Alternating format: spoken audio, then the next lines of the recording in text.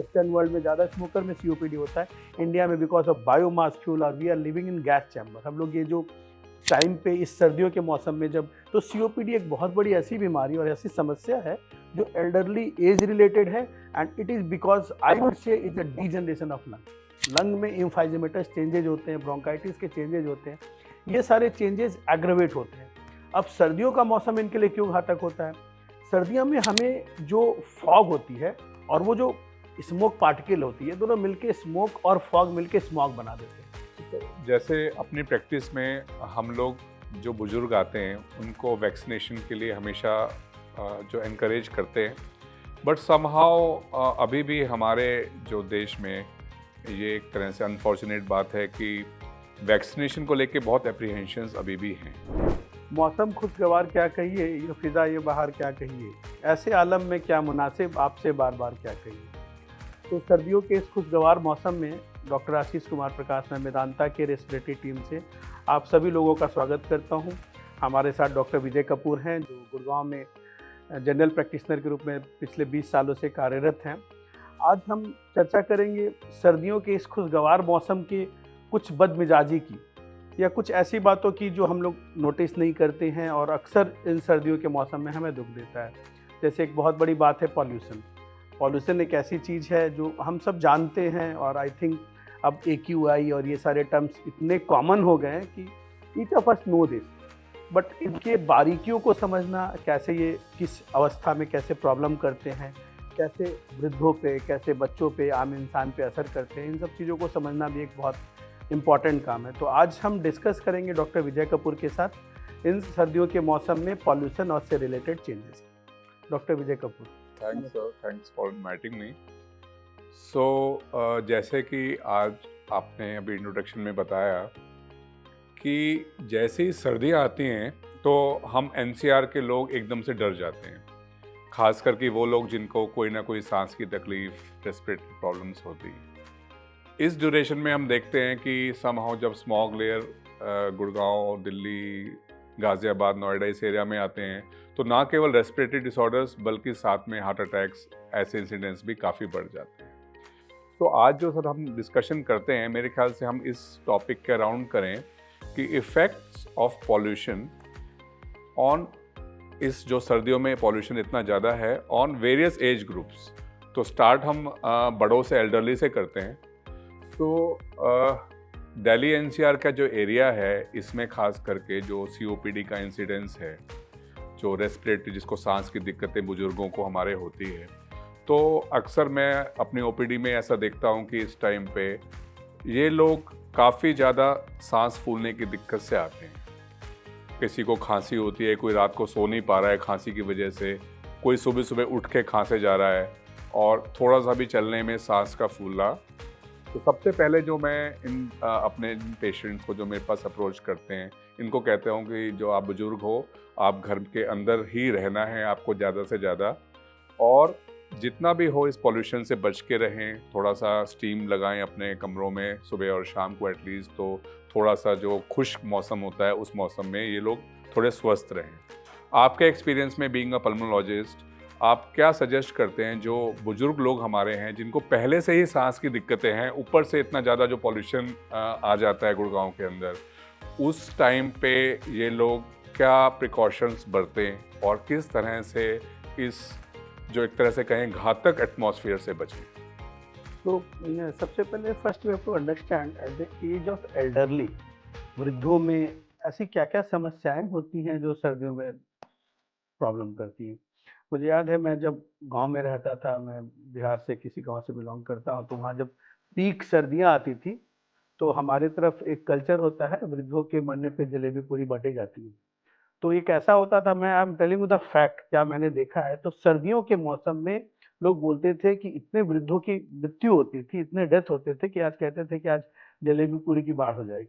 मतलब at that you can say peak, we have seen the exacerbation and its disastrous condition. So COPD नाम की एक बीमारी है जो मैं स्ट्रेस करूंगा, वृद्धों में मोस्टली होती है। हमारे किताब के डेफिनेशन के हिसाब से किसी ने स्मोकिंग करी हो, किसी ने स्मोकिंग ना करी हो। अब लो मिडिल इनकम कंपनी में, कंट्री में, हमारे देश में करीब 50% ऐसे केसेस होते हैं COPD के जो बिकॉज ऑफ नॉन स्मोकर हैं। वेस्टर्न वर्ल्ड में ज़्यादा स्मोकर में सीओपीडी होता है, इंडिया में बिकॉज ऑफ बायोमास फ्यूल और we are living in gas chamber. हम लोग ये जो टाइम पे इस सर्दियों के मौसम में जब, तो सीओपीडी एक बहुत बड़ी ऐसी बीमारी और ऐसी समस्या है जो एल्डरली एज रिलेटेड है, and it is because I would say it a degeneration of lung. Lung में इम्फाइजेमेटस चेंजेज होते हैं, ब्रोंकाइटिस के चेंजेज होते हैं, ये सारे चेंजेस एग्रवेट होते हैं। अब सर्दियों का मौसम इनके लिए क्यों घातक होता है? सर्दियों में हमें जो फॉग होती है और वो जो स्मोक पार्टिकल होती है, दोनों मिलके स्मोक और फॉग मिलके स्मॉग बना देते हैं। ये जो स्मॉग है जिनकी कैसे ग्रेविटी ज़्यादा होती है, जो लो लाइंग एरिया में होते हैं, ये अक्सर हमारे एयरवे में इनहेलेशन होते हैं। तो नाक के रास्ते ये एयरवे में जाएंगे, तो हमारे एयरवे में क्या कराएंगे? ये इन्फ्लामेशन कराएंगे। तो फर्स्ट थिंग, ये जो स्मॉग है, स्मोक है, फॉग है, जो भी जाएगा हमारे लंग में इन्फ्लामेशन कराएगा। तो क्रॉनिक ऑब्स्ट्रक्टिव पल्मोनरी डिजीज जो पहले ही से किसी की लंग की हालत खराब है, उसमें ये पार्टिकल्स जाके इन्फ्लामेशन को एग्रवेट करते हैं। ये हमारे सीओपीडी के केसेस में हुआ। सेकंड, आस्थमेटिक पेशेंट है कोई, आस्थमा में ट्रिगर फैक्टर होता है, change off season itself is एक ट्रिगर फैक्टर। तो ये आस्थमा हो या सीओपीडी हो, any obstructive disease, these cases, these changes, you can say smog causes, you can say disastrous effect on lung। ये लंग में इन्फ्लामेशन कराते हैं, उसके वजह से बाबा खांसते हुए आएंगे, इन्फ्लामेशन होगा, ब्रोंकोस्पाज्म हो जाएगा और वो ब्रोंको कंस्ट्रिक्शन लेके आएंगे। और ये ब्रोंको कंस्ट्रिक्शन इस हद तक होते हैं, इतने ज्यादा प्रॉब्लम करते हैं कि sometimes they lead to death. तो इन्फेक्शन एक हो गया, ब्रोंकोस्पाज्म हो गया, aggravation of the underlying symptom हो गया। दीज आर द फैक्टर्स जो कहते हैं कि सर्दियों में हमारे लंग की हालत बर्बाद होगी। अब बचने के लिए हमें क्या करना चाहिए बिंदु में? हमें अगर ऐसे मौसम में सबसे पहले हमें कोशिश करना चाहिए हम अच्छे वातावरण रहे, जहाँ भी पॉल्यूशन कम है वहाँ रहे। घर में अगर आप एयर प्योरीफायर लगाते हो वो करो। आप सर्दियों में अगर टहलने के मॉर्निंग वॉक के शौकीन हो तो कोशिश करो जब सुबह बहुत बहुत कुहासा है, बहुत फॉग है, तो ना निकले। जो खुश्क वेदर है, धूप निकल गया तो टहलने निकले। तीसरा, हम बहुत ज़्यादा इंसिस्ट करते हैं सीओपीडी के पेशेंट को, आस्थमा के पेशेंट को, वैक्सीनेशन। ये एक इम्पॉर्टेंट फैक्टर है जो हमें ध्यान में रखना चाहिए। We should vaccinate. हमें निमोनिया का, स्वाइन फ्लू का, क्योंकि अक्सर ये जो एक्सरबेशन होता है, ये जो इन्फ्लामेशन होता है, पॉल्यूशन के अलावा वायरल से एग्रवेट होता है। तो हमें इन सब केसेस में वैक्सीनेशन, स्वाइन फ्लू का ईयरली लगवाना चाहिए, निमोनिया के भी वैक्सीनेशन आ गए हैं। तो hot humid air, avoidance of pollution, vaccination, ये हमें बेटर कंट्रोल के लिए फायदे करेंगे। तो जैसे अपनी प्रैक्टिस में हम लोग जो बुजुर्ग आते हैं उनको वैक्सीनेशन के लिए हमेशा जो एनकरेज करते हैं, बट समहाउ अभी भी हमारे जो देश में ये एक तरह से अनफॉर्चुनेट बात है कि वैक्सीनेशन को लेके बहुत एप्रीहेंशंस अभी भी हैं। मेरे ख्याल से अगर 100 लोगों को ज़रूरत है तो 5 लोग ही वैक्सीनेट होते हैं। सो इसके लिए हम हमेशा अवेयरनेस अपने लोगों को देते हैं, अपने पेशेंट्स को भी देते हैं और जनरल पब्लिक को भी देते हैं कि वैक्सीनेशन ज़रूर करवाएं, कम से कम जो हमारे हाथ में है, जिस चीज़ से हम इस बीमारी से बच सकते हैं, जो एकदम से हमारी सांस की दिक्कतें बढ़ती हैं बुज़ुर्गों में। सो उसमें अवेयरनेस फैलाने की डेफिनेटली ज़रूरत है, जैसे आपने कहा। अब हम दूसरे एज ग्रुप में आते हैं सर। दूसरा एज ग्रुप हमारा ऐसा है कि जो यंग मोबाइल लोग हैं, समझ लो कि 25 साल से 55-60 साल तक के जो लोग हैं जिनको ऑफिस भी ज़रूर जाना है। बट आजकल जो हमारे पॉपुलेशन में क्रेज़ है वो है एक्सरसाइज का। मैं देखता हूँ कि ये जो यंग लोग हैं ये 10-10 किलोमीटर, 15-15 किलोमीटर की रनिंग के लिए चले जाते हैं। ये रनिंग के लिए चले जाते हैं ऐसे मौसम में, जबकि 10 बजे से ऑफिस जाना है, 9 बजे से ऑफिस जाना है, तो सुबह 6 बजे 7 बजे निकल रहे हैं। और फिर इवेंचुअली कुछ दिनों के बाद, थोड़े दिनों के बाद सांस में दिक्कत लेके आते हैं। इनफैक्ट यंग कार्डियक डेथ्स भी इस ड्यूरेशन में ज़्यादा हो रही हैं कि सुबह स्मॉग में लोग एक्सरसाइज कर रहे हैं, हैवी एक्सरसाइजेस कर रहे हैं। तो एक्सरसाइजेस को लेके हमेशा वैक्सीनेशन के अलावा मैं बोलता हूँ कि इंडोर अगर एक्सरसाइज ज़रूर करनी है तो इंडोर एटमॉस्फेयर में एयर प्योरीफायर चला के, और एक लिमिट में स्मॉग के मौसम में हमें आउटडोर एक्सरसाइजेस ना के बराबर करें, नहीं करें तो अच्छा है। और ओवरऑल भी एक्सरसाइज जो करें वो एक लिमिट में रह के ही करें, क्योंकि जब एक यंग लाइफ रिस्क में आती है, उसके प्रोडक्टिव ईयर्स हैं, तो पूरी फैमिली एक तरह से उस पर डिपेंडेंट है। कहीं ऐसा ना हो कि अपने आप को फिट रखने के चक्कर में जो इस गैस चैम्बर में लोग निकल के अपने आप को अल्टीमेटली अनफिट कर देते हैं। इस बारे में आपका क्या व्यू है? रिगार्डिंग, अब हम लोग जैसे एल्डरली के बाद मिडिल एज में आए हैं, मिडिल एज में जैसे मैंने COPD का चर्चा ज़्यादा किया इन द एल्डरली, इस एज में मैं अस्थमा का चर्चा ज़्यादा करूँगा। और इस केस में एक और एंटिटी होती है जिसको मैं बोलता हूँ post tubercular obstructive airway disease. आपने बहुत अच्छी बात बोली कि जो हेल्दी हैं, जो एक्सरसाइज के you can say favourable person है, जो एक्सरसाइज को बहुत ज़्यादा लाइक करते हैं, उनके लिए तो बेस्ट ये है कि एक्सरसाइज या तो इंडोर में करें या फिर घर पे अगर आपको लगता है कि मुझे बाहर ही जाना है तो वार्म वेदर, जब कुहासा या फॉग कम हो तब जाना चाहिए। जो ऑब्स्ट्रक्टिव एयरवे डिजीज़ के पेशेंट हैं, जिनको अस्थमा है, उनको हर हमेशा ये सीजनल चेंज से बचना है। जैसे मैं एक कॉमन सा एग्जांपल देता हूँ, अगर आपको घर से आपने घर पे अपने एसी का टेम्परेचर 25 डिग्री सेंटीग्रेड रख रखा है या आपने एसी को 25 पे रखा है, बाहर 8 डिग्री सेंटीग्रेड है, तो ये जो चेंज ऑफ सीजन है 25 डिग्री सेंटीग्रेड से 8 डिग्री सेंटीग्रेड, ये बहुत ही चेंज आपके लिए नुकसानदेह है। आपको हर हमेशा ये कोशिश करना है कि मैं 25 डिग्री सेंटीग्रेड से 8 डिग्री सेंटीग्रेड पे धीरे धीरे जाऊँ। जैसे मैं रूम से पहले ड्राइंग रूम में आऊँगा, ड्राइंग रूम से मैं पहले बालकनी में आऊँगा, तो धीरे धीरे अपने आप को अडॉप्ट करूँगा। आप छोटा सा एग्जांपल लो, लोग कितनी बार मुझे अस्थमा के पेशेंट बोलते हैं, सर जब मैं कार से निकलता हूँ, कार में आपने एसी चला रखा था 18-20 डिग्री सेंटीग्रेड में, बाहर धूप में आए आपको नुकसान हुआ। उसी तरह बाहर 6 डिग्री थी, आप सडन कार के अंदर गए 25 डिग्री सेंटीग्रेड पे।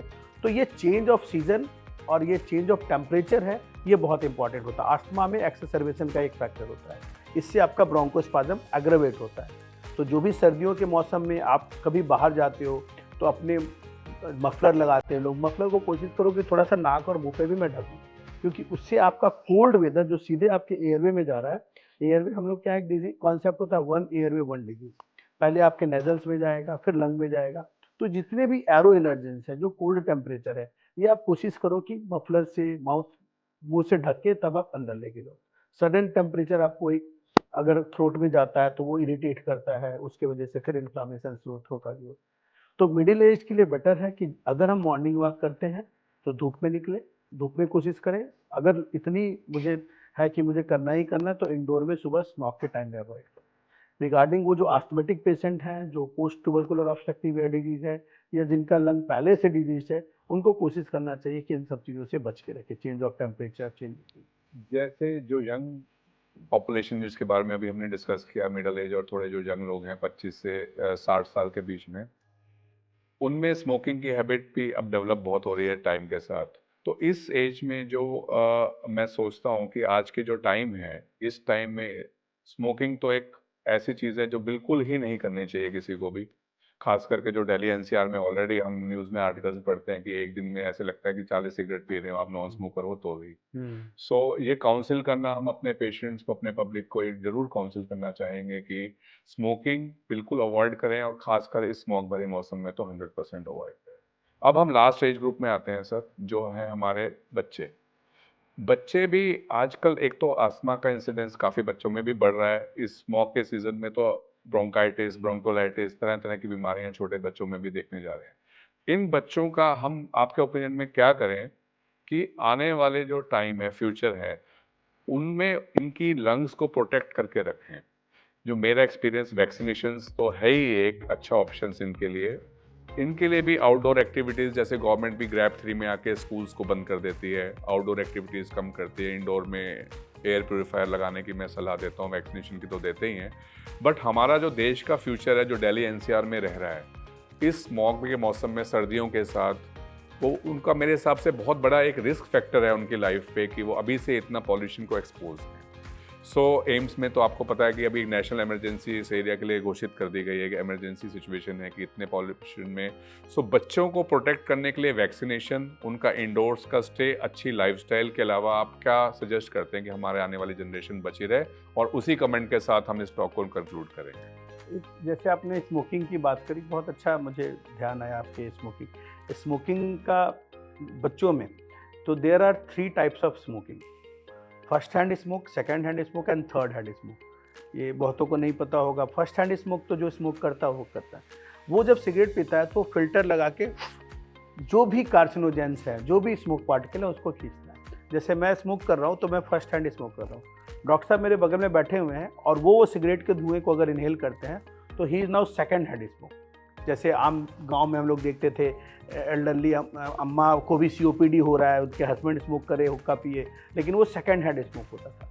एक थर्ड हैंड स्मोक होती है। चूँकि डॉक्टर साहब ने बात बोली कि स्मोकिंग का, तो थर्ड हैंड स्मोक क्या होता है? सपोज करो आप बहुत अवेयर हो कि नहीं सर मैं घर में सिगरेट नहीं पीता हूँ, मैं बाहर सिगरेट पीता हूँ और उसके बाद सिगरेट पी के आता हूँ।